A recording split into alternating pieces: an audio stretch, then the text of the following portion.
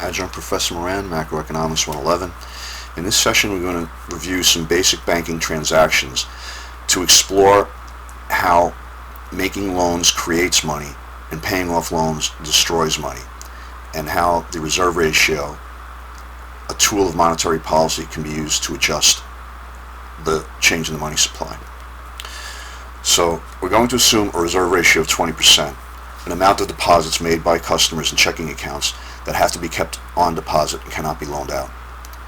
Excess reserves, amounts of deposits beyond what's required to be kept in, are called excess reserves and can be loaned out.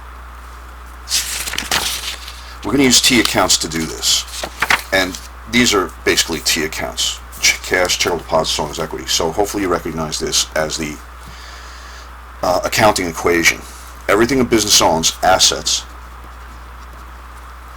are paid for with liabilities and owner's equity. A checking account that you open at a bank is a liability of the bank because you're going to give them money, which is an asset, which they're going to use to loan out to make money with. But they got that asset by borrowing it from you. When you make a deposit at the bank, you're in effect loaning the bank money. Money the owners contribute directly is owner's equity. Here are several transactions that we're going to use to demonstrate how making loans creates money. So the bank is created with a deposit of $250 by the owners. So T accounts have debits and credits. Debits are always on the left, credits are always on the right. To assets, a debit is an increase, a credit is a decrease to an asset account. But it flips on the other side of the accounting equation. A debit is a negative or a reduction to a checking account, and a credit is an increase. A debit to an owner's equity account is a decrease in the owner's equity account, and a credit is an increase to an owner's equity account. So the owners contribute $250. So they have a $250 stake in the company, and that is used as cash, we'll say. That's transaction one. We'll number these so we can follow along. The purchase of property of $240. So let's say you want your customers to do business inside. The bank buys a building for $240. Well, now you have an asset worth $240, and you paid for that with some of your cash. So these two transactions are matched, 2 and 2. Now what's our cash balance? We have 10 left, 250 minus 240. This is an example of expensing, when you increase one asset and decrease another asset. In effect, the building would be depreciated, which we'll go into. All right, customers make a deposit in a checking account of 100. So that increases the checking account balance, and it increases the assets of the bank. The bank now has 110 in assets, in cash, in total reserves, we'll call it. These are really total reserves. But the bank, now every time checkable deposits changes, we need to calculate required reserves. Required reserves are found by taking checkable deposits times the reserve ratio as a percentage, which will give you required reserves. You only apply the reserve ratio to the customer's money, the checkable deposits. The Federal Reserve doesn't care if owners contribute to total reserves, and you can loan out all of that money. The reserve ratio only applies to this. The mistake many students make is when they calculate the reserve ratio, instead of only using checkable deposits, they'll use total reserves. Can you see that this 110 is commingling $100 from the customers, which we want to apply the reserve ratio to, but also 10 left over that the owners contributed to. So you only apply the reserve ratio to the checkable deposit amount, not the total reserve amount. When we do that, we will find that 100 checkable deposits times the reserve ratio of 20% equals $20. We'll call this A. This is A, the transaction that matches that. Now you take how much of the customer's money and money contributed by the owners, subtracted from the required reserves, calculated only on checkable deposits, how much can be loaned out? And that would be 90.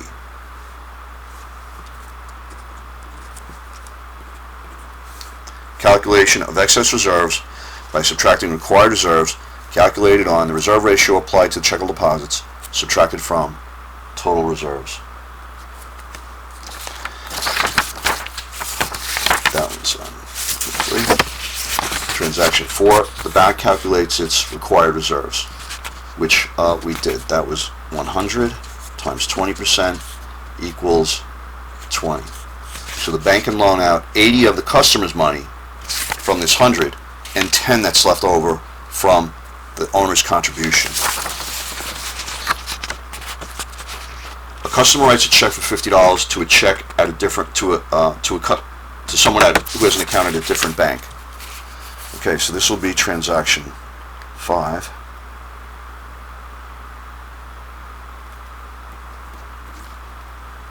$50, and now the bank's assets go down by 50 because that money has to be transferred to another bank. The check will clear to another bank. Checkable deposits are now 60, and the customer's account is now 50. Every time checkable accounts changes, you should recalculate your reserve ratio.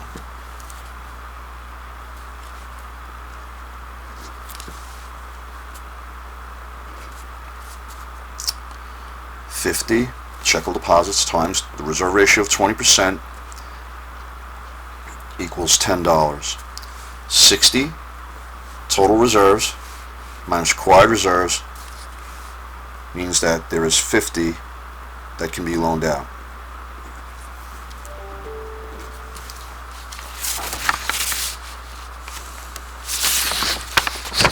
Now let's say a customer comes into the bank and wants a $50 loan.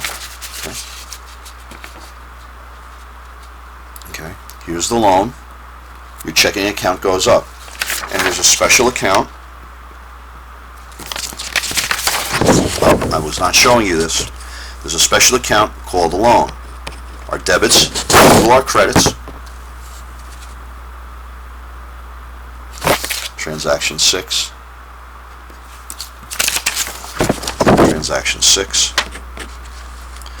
So again, what was happening was we were applying the reserve ratio to the $100, $20.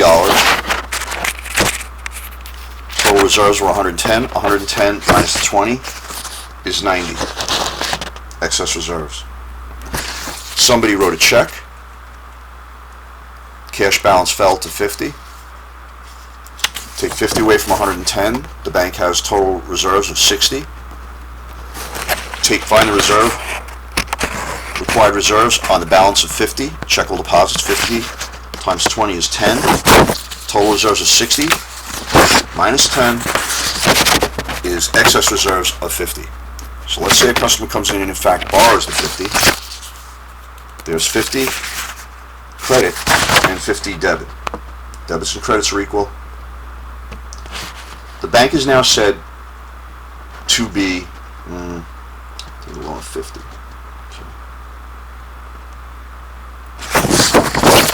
Okay, so that's that transaction 6. Transaction 70. Okay, wait, 6. This takes out a loan. Yeah, we got that one. Okay, now let's say a customer writes a check for 50. No one takes out a loan unless they're going to spend the money immediately. Because if you put your deposit in the bank, you're going to earn less interest than the bank is charging you. So people, as soon as you create a loan, somebody's going to spend it. So this will be 7, transaction 7. And this check has to go to a different bank.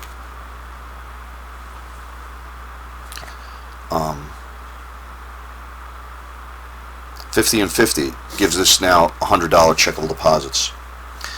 And the person writes a check of 50. Now the customer has a balance of 50. This is transaction 7. And this is transaction 7. Giving a balance of 10. Right. Okay. Step 8, the customer repays the loan. So the customer writes a check for 50. Transaction 8.